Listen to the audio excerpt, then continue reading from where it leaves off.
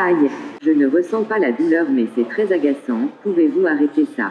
Bonjour à tous et à toutes, je suis avec Buddy, un robot compagnon qui va peut-être bientôt arriver dans vos maisons. En tout cas, il a été pensé pour que vous ayez envie de l'adopter, qu'il devienne un membre de votre famille. Alors, on va voir ensemble tout ce qu'il est capable de faire et quelle relation on va développer avec ce drôle de robot. Buddy, tu nous emmènes voir ton créateur et ensuite, vous nous racontez si oui ou non vous avez envie de l'adopter.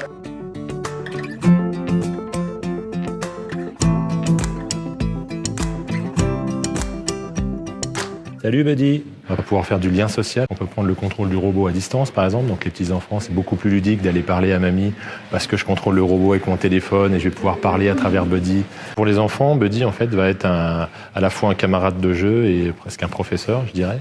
C'est-à-dire qu'on a développé des jeux, par exemple un 2, 3 soleils, des jeux de danse, des jeux de mémoire, où là c'est très ludique. Et puis le fait de le faire avec un robot qui est vivant, qui a un partenaire de jeu, bah, ça change tout. Hein. C'est pas du tout des jeux comme on a sur nos tablettes. On va faire un essai. Je vais essayer de jouer à 1, 2, 3 soleils avec lui. On va voir si je suis capable de le battre. Joue à 1, 2, 3 soleils. Super, on va jouer à 1, 2, 3 soleils. Cool.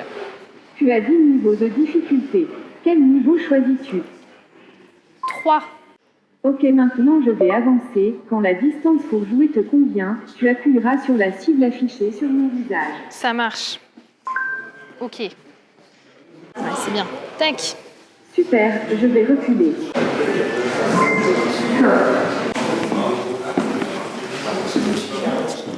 Bravo, tu es trop fort. Oui. Top là, Buddy. Tu as gagné le Ça niveau marche 2. pas. C'est un jeu assez marrant, même pour les grands, parce que j'avoue qu'on se prend plutôt à jouer avec lui. On a beaucoup travaillé sur l'intelligence émotionnelle du robot, donc à la fois pour générer son comportement à lui, ses propres émotions, ses besoins, ses envies. Et l'idée, ce sera aussi de pouvoir adapter un peu ses traits de caractère en fonction des gens. C'est-à-dire que vous, peut-être, vous allez avoir envie d'un Buddy qui est très proactif, qui vient vous voir tout le temps, qui vous embête, entre guillemets, mais à vous poser des questions, à jouer avec vous. Puis d'autres personnes auront envie d'avoir un robot qui est plutôt calme, qui est dans son coin, qui vient juste parce qu'il a un message à nous donner, parce qu'il veut nous proposer quelque chose. Si je lui caresse le front, normalement, il aime bien ça. Hein? J'aime quand tu me chatouilles le visage. Bon, par contre, si je commence à lui mettre le doigt dans l'œil, là, il devrait pas apprécier. Pouvez-vous arrêter de me taper l'œil? Si je continue, qu'est-ce qui se passe? Ça fait mal. Pauvre Buddy. Je n'ai pas besoin de toi. Tu m'as fait mal à l'œil.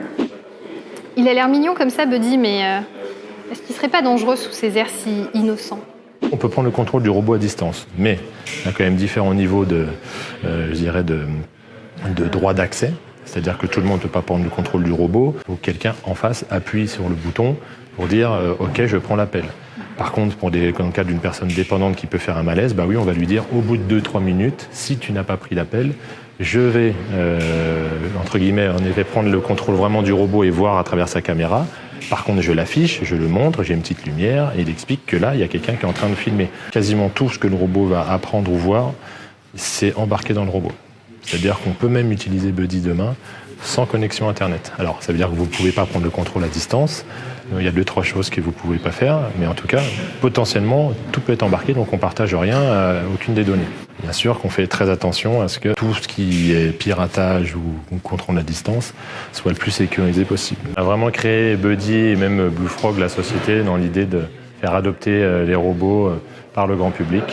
Donc tout a été mis en œuvre pour ça, parce que c'est la clé en fait pour l'adoption en masse de robots et en plus pour tout ce qui sera demain, les interactions entre les personnes et le robot. Si on arrive à créer un lien particulier, forcément tout devient facile après.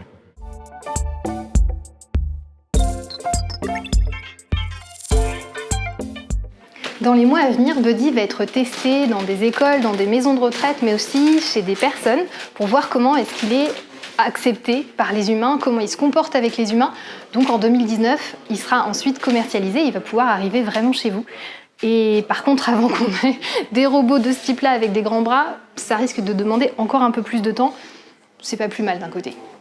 Le comble pour un avion, c'est d'avoir un antivol. On est au top.